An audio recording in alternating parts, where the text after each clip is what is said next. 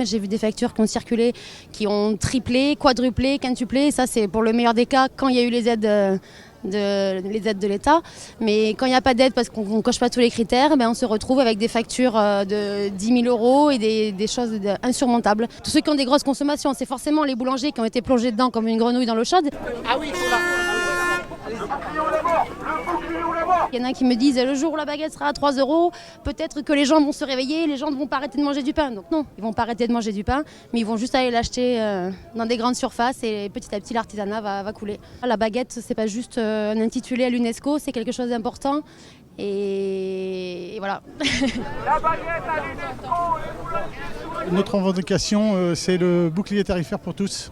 Donc voilà, on veut tous rester en vie.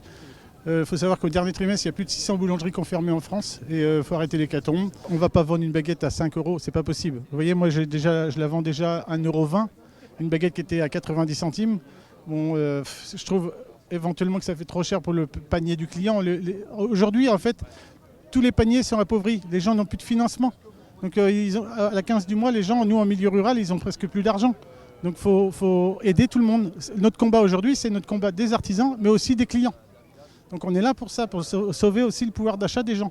Nous, on vient de la ruralité, on est des artisans, on n'est pas des grosses sociétés avec des grosses trésoreries. Donc les augmentations de factures vont nous déstabiliser la trésorerie et mettre en péril nos entreprises. Donc il faut vraiment qu'ils nous entendent. Je ne dis pas qu'ils ne nous entendent pas, ils nous écoutent, mais ils ne réagissent pas rapide, quoi. Aujourd'hui, on va payer l'électricité 2 fois plus cher que l'année dernière. L'année dernière, on avait payé 35 000 €. Cette année, on va être à plus de 75 000 d'après les estimations de l'EDF. Donc moi, je trouve 40 000 €. C'est plus que mon bénéfice de l'an dernier. Je ne sais pas où je vais les trouver. Je peux pas. Donc le deuxième levier, ça va être se séparer du personnel, donc licenciement pour économiser un peu d'argent, mais ça ne suffira pas. Aujourd'hui, nos commerces sont en danger, mais pas que les nôtres. Toute l'économie française est en danger. Aujourd'hui, si la boulangerie ferme, ça va être le boucher, ça va être le fleuriste, ça va être le pressing. C'est tout un pan de l'économie qui s'en va. On peut pas laisser faire ça, c'est pas possible. Faut que quelqu'un se réveille, faut que ça se réveille là, tout là-haut, là, faut qu'ils se disent non, on peut pas gérer l'énergie comme ça, c'est pas possible.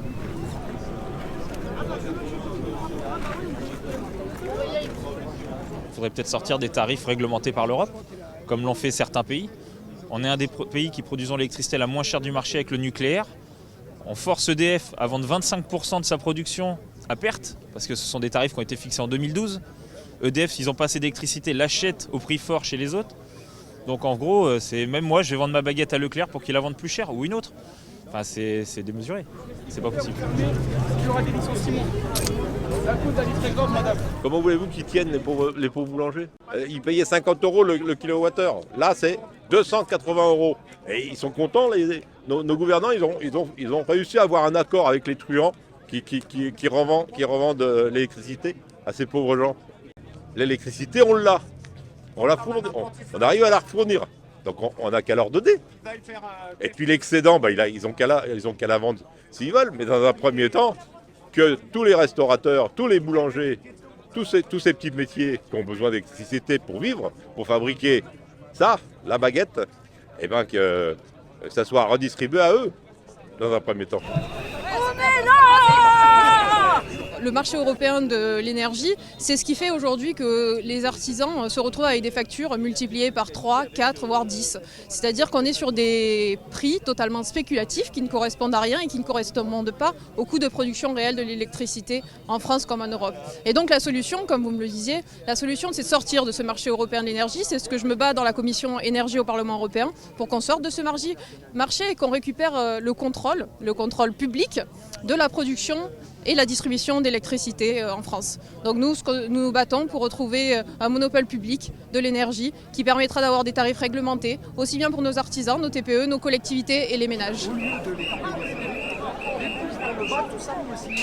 prendre la retraite pour profiter sur leur santé, sur leur pension, au détriment même de leur famille.